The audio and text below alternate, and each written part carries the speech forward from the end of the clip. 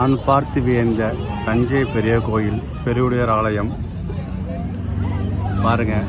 நான் இதுதான் முதல்ல வாரது இந்த கோயிலுக்கு. இதை உங்களுக்கு நான் ஃபுல்லாக காட்டுறேன் பாருங்கள். நம்ம சப்ஸ்கிரைபர்கள் வந்து சப்ஸ்கிரைப் பண்ணுங்கள், சப்ஸ்கிரைப் பண்ணாதவங்க சப்ஸ்கிரைப் பண்ணுங்கள், லைக் பண்ணுங்கள், கமெண்ட் பண்ணுங்கள். ஏதாவது மிஸ்டேக் பண்ணியிருந்தால் அதுவும் சொல்லுங்கள், அடுத்ததை திருத்திக்குவோம். கோயில் கட்டமைப்பு உண்மையிலேயே பெரிய பிரம்மாண்டமாக இருக்குது. கோட்டை மதில் சுவர்கள், அந்த கோயிலுக்கு பாதுகாப்புக்கு பாருங்கள் எந்த அளவுக்கு நீர்த்தேக்க நிலைகள் வச்சுக்காங்க பாருங்கள். சுற்றி தண்ணீர்கள் வெளியாகுவதற்கு ஆறு மாரி கட்டி விட்டு நல்லா பண்ணியிருக்காங்க. அந்த காலங்களில் நீர் வெளியேற்றம் அப்போயே பக்கா செஞ்சுருக்காங்க. இப்போ உள்ளவங்க இதுமாதிரி செய்வாங்க தெரியாது. கற்கள்லாம் வந்து சுண்ணாம்பு கற்கள் தான். கோயிலுக்கு உள்ளே வரனே நுழைவாயிலில்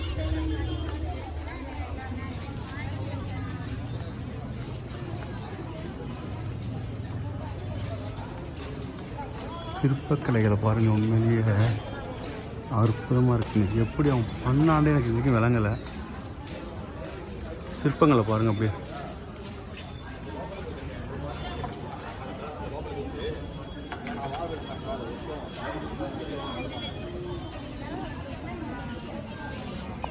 தஞ்சை பெரிய கோயிலோட வரலாறு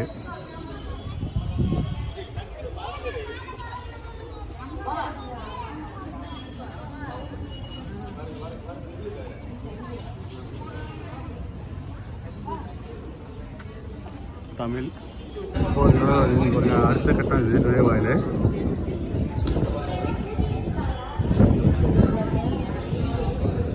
பாறைகள் இங்கெல்லாம் எப்படி வந்துச்சுன்னு தெரியல.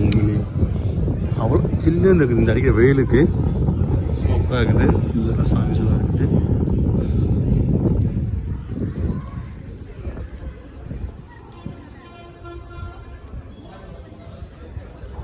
உள்ள வந்து நல்லா கார்டன் இருக்குது.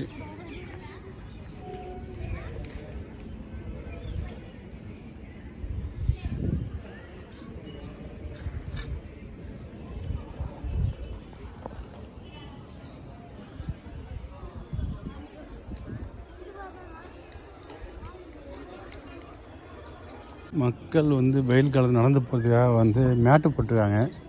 உண்மையே இது ஒரு வசதியான இது தான்.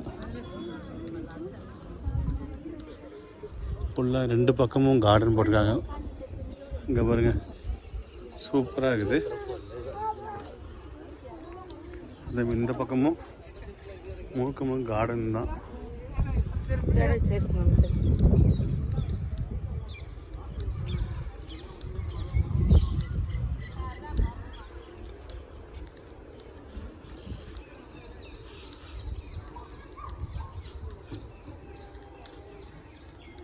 பாருங்க ஒரே கல்லில் எப்படி ஒரு சிலை செதுக்கியிருக்காங்க பாருங்கள். இதில் ஒட்டுக்கிட்டு எதுங்கிட்ட ஒரே சிங்கிள் ராக் தான். அதில் செதுக்கினது தான் இவ்வளோ பெரிய கல். கிட்டத்தட்ட இது ஒரு 15 அடி இருக்கும். அதே தான் இந்த பக்கமும் பாருங்க. ஒரே கல்லில் எப்படி செதுக்கியிருக்காங்க பாருங்கள். இவ்வளோ பெரிய சிலை. அந்த கோயிலை பராமரிக்கணுங்க. உண்மையிலேயே இதெல்லாம் வந்து இன்னும் 1000 வருஷம் வந்து நிலச்சி நிற்கணும். அப்போ தான் நம்மளோட பெருமை வந்து தெரியும் எல்லாத்துக்குமே.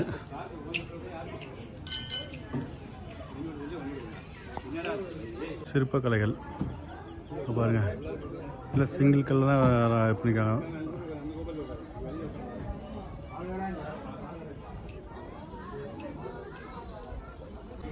இப்போ நான் உள்ளே வந்துட்டேன். உள்ளே வந்து நந்தியை பாருங்கள்.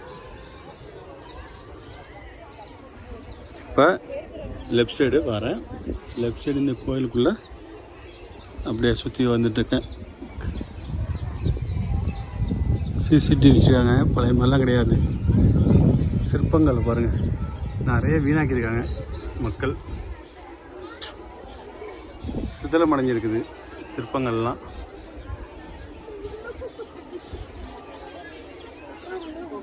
அதாவது ஒரு சிவலிங்கத்துக்கு தலை வச்சுருக்காங்க பாருங்கள்.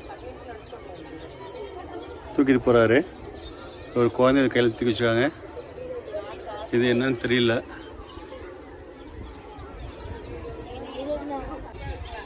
இங்கே வருங்க.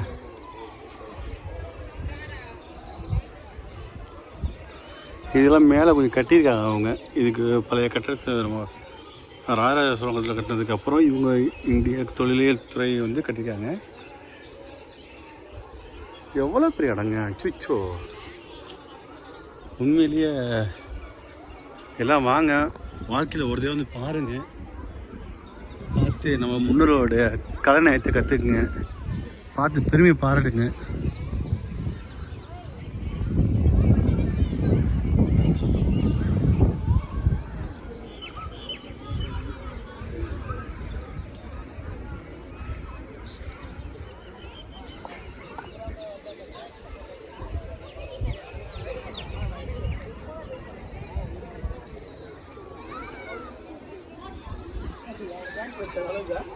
லிங்கம்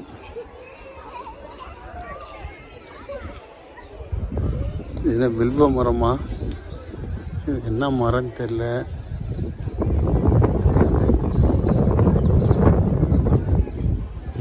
எத்தனை ஆண்டுகள் விழுந்து தெரியல. இங்கே பாருங்க.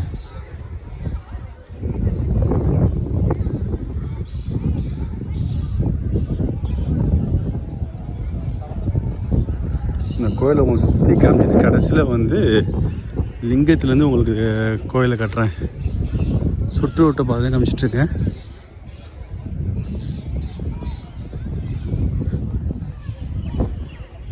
சுற்றுச்சூழலையே கோயில் வச்சுருக்காங்க. இல்லை நிறையா இது இருக்குது.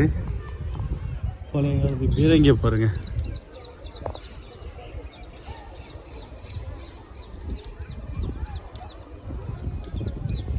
அந்த காலங்களில் யூஸ் பண்ண பீரங்கி, அதை நினைக்கிறேன். சுடுது, சரி சூடு, ஆமாம் அதே தான்.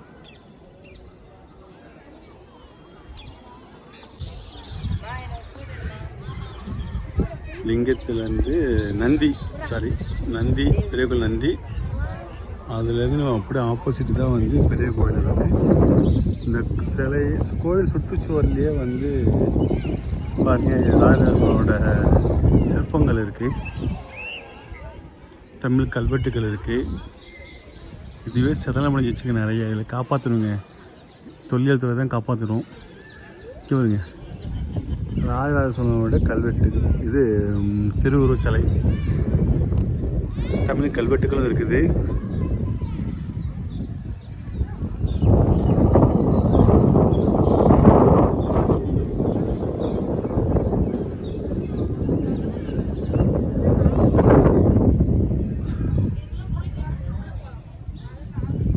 தமிழ் கல்வெட்டு பாருங்கள்.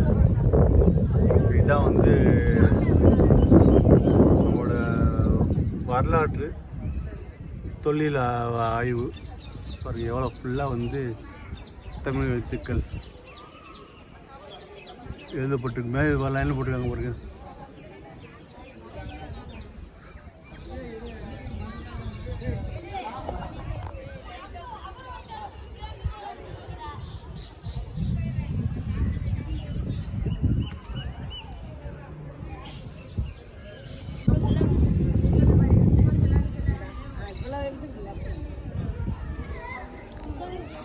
விநாயகர் சிலை,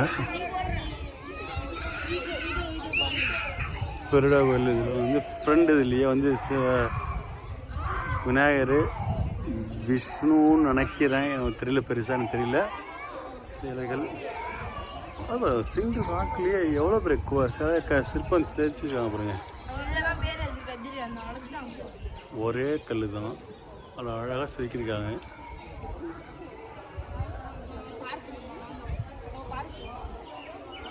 இதில் ஒரு எந்த ஒரு கிராஸோ எதுவும் இல்லை, அழகாக கட்டியிருக்காங்க. இப்போ நம்ம கட்ட சொன்னோம்னா ஒரு வீடை ஒன்று கட்ட தெரிய மாட்டுது. குறுக்கு நெருக்கும் போட்டு வீணாக்கிறானு வீட்டை போட்டு. ஆர்கிடெக்ட் படித்தாங்கிறானுங்க, இன்ஜினியரிங் சிவில் இன்ஜினியரிங் படிச்சுங்கிறானுங்க. ஒன்றும் லாய் கிடையாது. பட் அந்த காலத்தில் எதுவுமே படிக்காத முன்னோர்கள் தன்னுடைய திறமையை வச்சு எப்படி அழகாக ஒரு நேர்த்தியாக கரெக்டான துல்லியமாக வச்சு கட்டிருக்காங்க பாருங்கள். உங்களுக்கு இந்த வீடியோ தெரியும், மேலே பாருங்கள். ஏதாவது ஒரு மிஸ்டேக் தெரியுதா உங்களுக்கு பெரிய கோயில் கோபுரத்துக்கு? இதில் கொஞ்சம் நவுந்திருக்கு பிசு இருக்குன்னு சொல்லுங்க பார்ப்போம். வாய்ப்பே கிடையாது. அந்தளவுக்கு ஒரு நேர்த்தி, ஒரு தொழில் பயம், தொழில் தெரிந்தவர்கள், பயம் சொல்ல தொழில் நேர்த்தி தெரிந்தவர்கள்.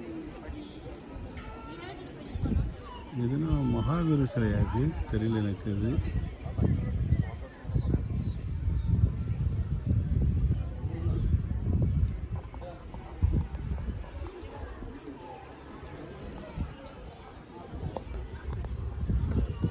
இதில் போகக்கூடாதுன்னு போட்டுருக்காங்க. ஏறி காமிக்கலாம் உங்களுக்கு. இது எந்த சாமின்னு தெரியல, ஆனால் அதுவும் தெரியல. ஆனால் மேலே சூளம் இருக்குது. இவர் வந்து ராஜ சோழன் நினைக்கிறேன், எனக்கு பெருசாக அதில் தெரியல எனக்கு. ஆனால் சிற்பங்கள் தான் நம்ம கோவிலோட இதுவே. பாருங்களேன் எப்படி இந்த சிற்பங்கள்லாம் கட்டி ஏற்றி வச்சாங்கன்னு தெரிலங்க உண்மையிலேயே.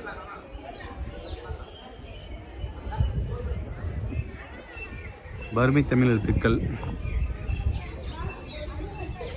பாருங்க. தமிழ் வரலாற்று ஆய்வாளர்கள் நம்ம வீடியோ பார்த்தீங்கன்னா இது பார்த்துங்க.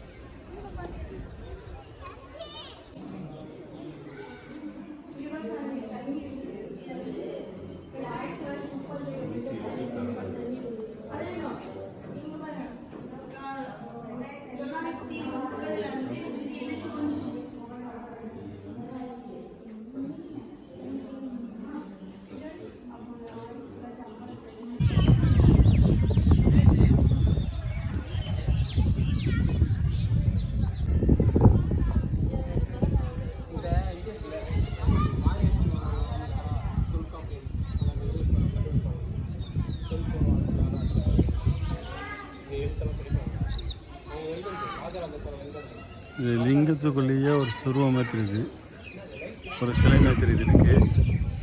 அந்த கோயிலை சுற்றி எல்லாமே உங்களுக்கு வந்து கற்சிலைகள் தான், செதுக்கிய சிற்பங்கள் தான்.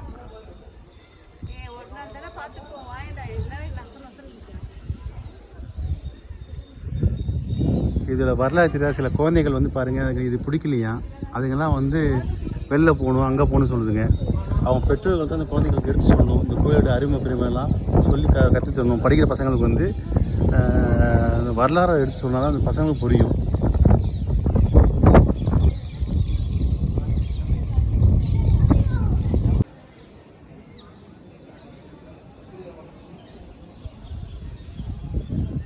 தஞ்சை பிரகதீஸ்வரர் ஆலயம் பெருவிழார் கோயில். இங்கே பக்கத்தில் இந்த இடம்லாம் வந்து வேலை பார்த்துட்ருக்காங்க பாருங்க, தரை போட்டுருக்காங்க. அதெல்லாம் கொஞ்சம் வேலை நடக்கிறத க்ளோஸ் பண்ணி வச்சுருக்காங்க. சுண்ணாம்பு கற்கள் போட்டு வச்சுருக்காங்க.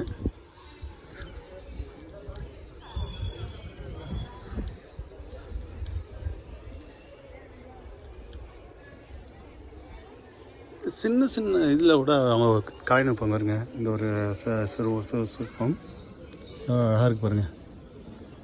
இதெல்லாம் எப்படி செதுக்கிட்டாங்க தெரிலங்க. எல்லாம் இப்போ வந்து லேசர் கட்டாதுங்கிறாங்க, நிறைய செஞ்சுருவாங்க. ஆனால் அந்த காலத்தில் ஒளியை வச்சு வேலை பார்த்துருக்காங்க. இங்கே இருக்கு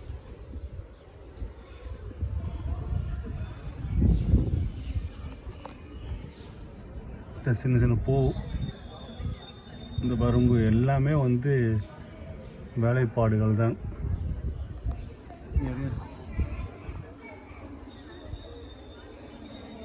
இந்த சூப்பராக கட்டிருக்காங்க.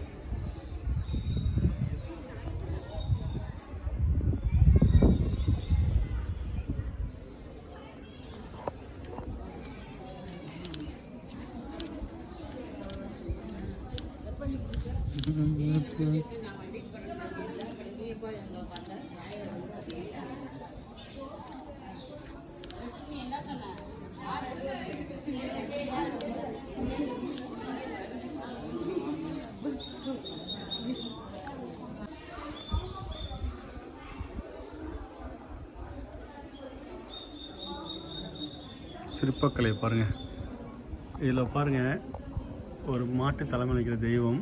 எந்த தெய்வம் தெரியல எனக்கு.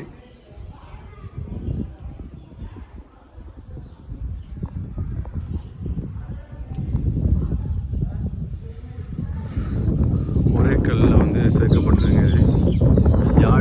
உள்ளே வந்து அபிஷேகம் பண்ணுறாங்கல்ல கடவுளுக்கு, அங்கேருந்து வரக்கூடிய தீர்த்த தண்ணிகள் வந்து இப்படியே இதில் வந்து ஊற்றுது. ஆனால் இது வந்து ஒரே கல்லில் குடஞ்சிருக்காங்க. இதில் எந்த ஒரு இடத்துலையும் ஒரு ஒட்டு கிடையாது, ஒன்று கிடையாது. நல்லா பாருங்கள்.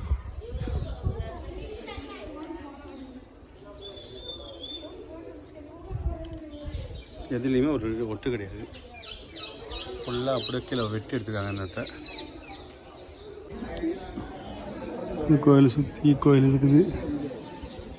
ஆனால் இதெல்லாம் எங்கே வச்சு ஒட்டினாங்கன்னு தெரில எனக்கு.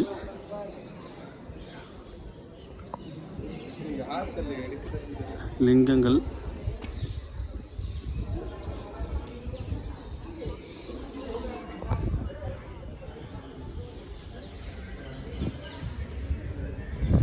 அந்த காலத்து மன்னர்களோட சிற்ப இது ஓவியம்.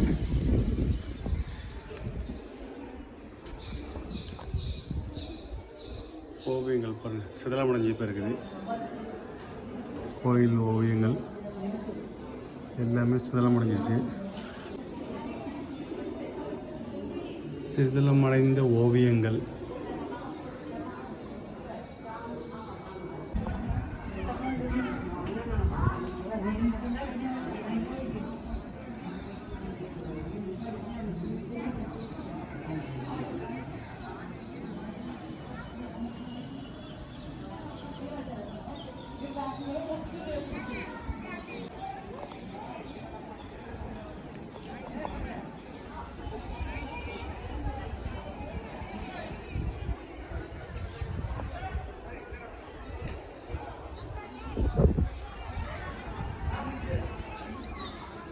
நாலு மணி திறப்பு கோயில் திறப்பாங்க, நடந்திருப்பாங்க.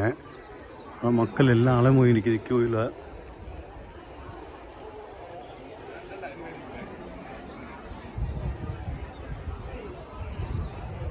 நான் பார்த்து வியந்த நந்தி.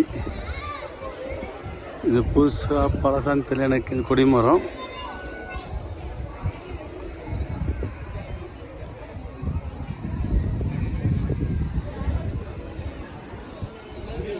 நந்தி மேலே வந்து ஓவியங்கள். அது புதுசாக பழசான்னு தெரியல எனக்கு. ஏன்னா அதை பற்றி இன்னும் பேச விரும்பவும் இல்லை.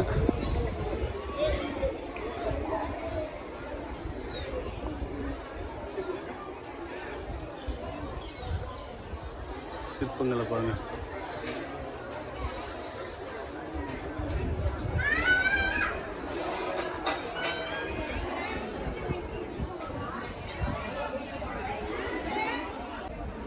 இந்த இடத்துல தனியாக ஒரு கோபுரம் நிற்கிது, ஒரு தூண் நிற்கிது. அது எதுக்குன்னு தெரில. கட்டாமிஷம் விட்டுட்டு போயிட்டாங்களா அப்படின்னு தெரியல.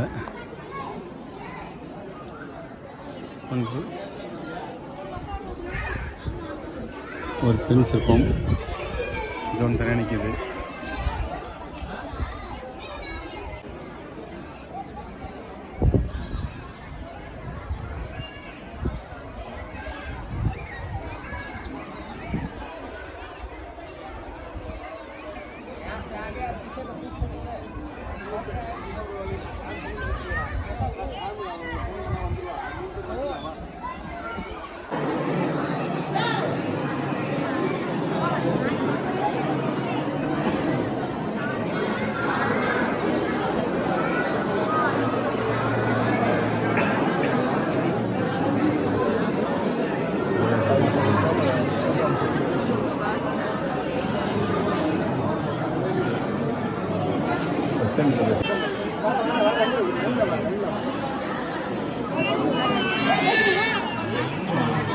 அதான் 2 பேர் கேட்டு